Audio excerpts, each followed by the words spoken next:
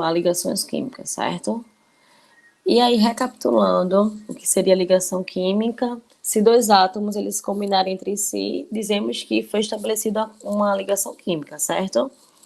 E aí, essa ligação química ela ocorre através dos elétrons mais externos do átomo. Ou seja, os elétrons mais externos do átomo, eles são responsáveis pela ocorrência dessa ligação química. E aí, recapitulando também, revisando o que a gente viu na aula passada, a gente falou um pouco sobre ligações iônicas ou eletrovalentes, e a gente tinha o seguinte, ó, que o metal mais o ametal, ele forma uma ligação iônica, tá? E aí o metal são os elementos do grupo 1, grupo 2 ou grupo 13, e os ametais, nesse caso, são do grupo 15, grupo 16 e grupo 17. Então, a ligação entre esses átomos, um átomo do grupo 1 ou do grupo 2 ou do grupo 13, com um átomo, uma metal, do grupo 15, grupo 16 ou grupo 17, a gente tem a formação de uma ligação iônica. E aí também, revisando e recapitulando, a gente tem que os metais, né, do grupo 1, 2 e grupo 13, eles que perdem elétrons. São eles que doam esses elétrons. Se é do grupo 1, ele perde um elétron, ou dá um elétron. Se é do grupo 2 ou da família 2A, ele doa 2 elétrons ou perde 2 elétrons. Se é do grupo 3A ou do grupo 3, se é da família 3A ou do grupo 13, ele vai perder 3 elétrons, tá? Já os ametais, também dando aquela revisada, são eles que recebem elétrons ou ganham elétrons. E esses ametais são das famílias 5A, 6A e 7A. Então, quando você vê um elemento, por exemplo, do grupo 1 com um elemento do grupo 16, você já sabe já que é um elemento, que é uma substância formada por ligação iônica ou eletrovalente, tá? E assim sucessivamente, na combinação de ametais com metal. Características dos compostos iônicos, tá, gente? Um composto iônico, ele apresenta algumas propriedades, e aqui eu coloquei para vocês. Ele tem um alto ponto de fusão e de ebulição, ou seja, a sua transformação de sólido para líquido precisa de altas temperaturas. Ele também tem um alto ponto de ebulição, certo? Ou seja, a transformação do líquido para o gasoso, ele também precisa de altas temperaturas para que ocorra essa transformação física.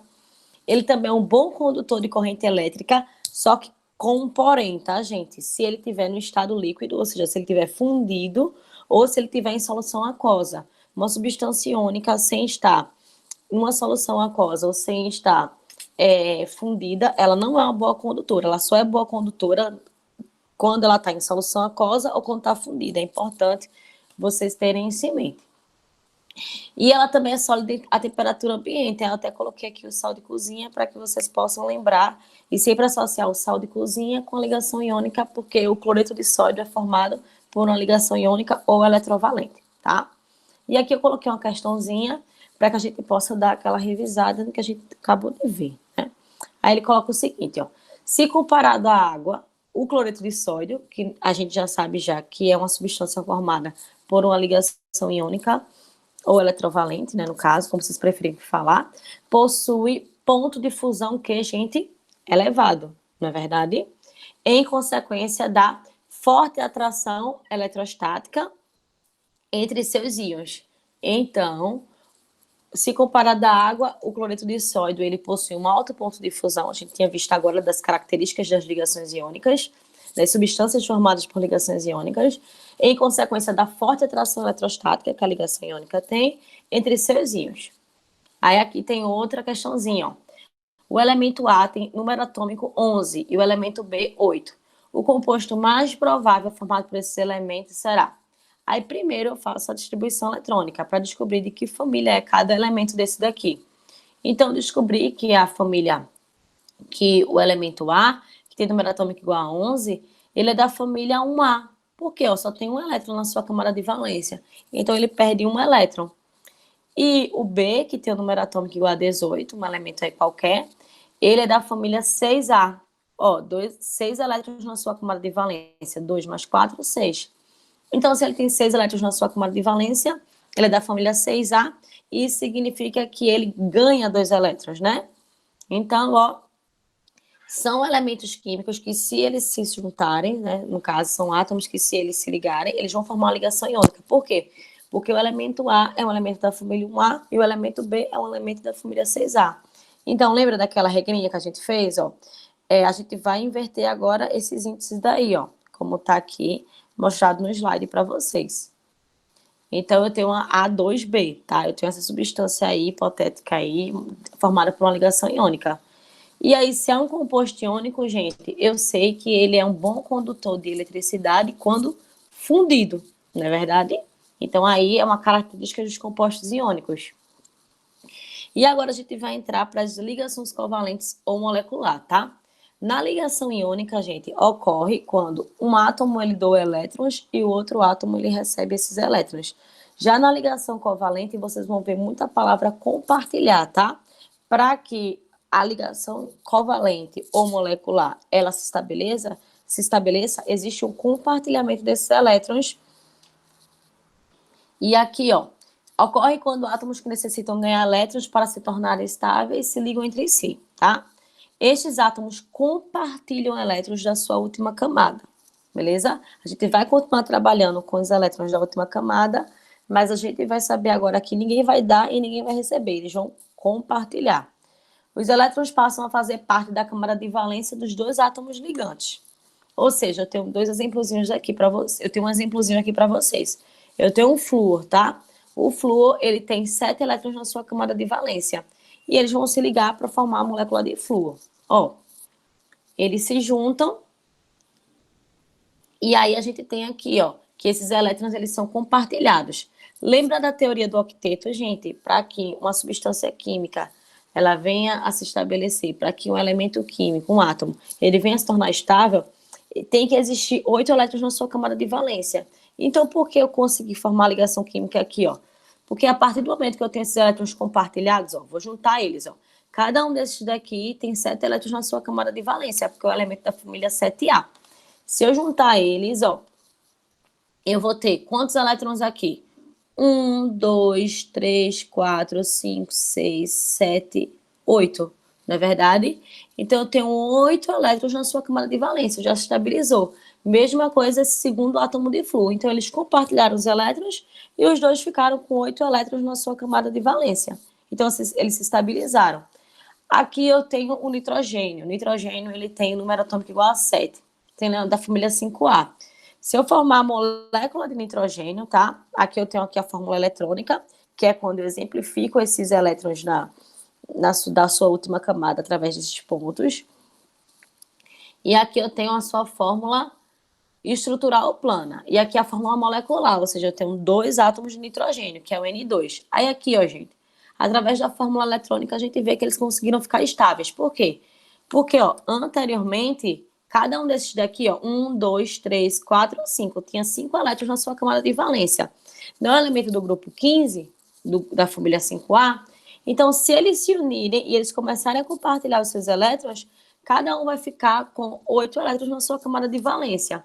Olha esse primeiro nitrogênio aqui, ó. 1, 2, 3, 4, 5, 6, 7, 8. Então, esse daqui ficou com 8 elétrons na sua camada de valência. E esse segundo daqui também, ó. Ele também pega emprestado aqui. Então, eles estão compartilhando esses elétrons. Então, eu tenho uma fórmula molecular N2, tá? E é formado por uma ligação covalente ou molecular, porque eles estão compartilhando os elétrons. Já que o hidrogênio, ó, gente, o hidrogênio tem uma ressalva, tá? O hidrogênio, ele não se estabiliza com 8 elétrons, ele se estabiliza com 2 elétrons. Então, o hidrogênio, ele tem um elétron só na sua camada de valência. Lembrando que o hidrogênio, apesar de ter um elétron só na sua camada de valência, ele não é grupo 1, ele não tem família, tá? Então, ó, se eu juntar eles, eu vou ter essa fórmula eletrônica, ou seja, com 2 elétrons, a molécula de hidrogênio, ela se estabiliza. Aí eu tenho aqui em cima ó, a fórmula eletrônica, depois eu tenho a fórmula estrutural plana, que é com um tracinho, e a fórmula molecular, tá?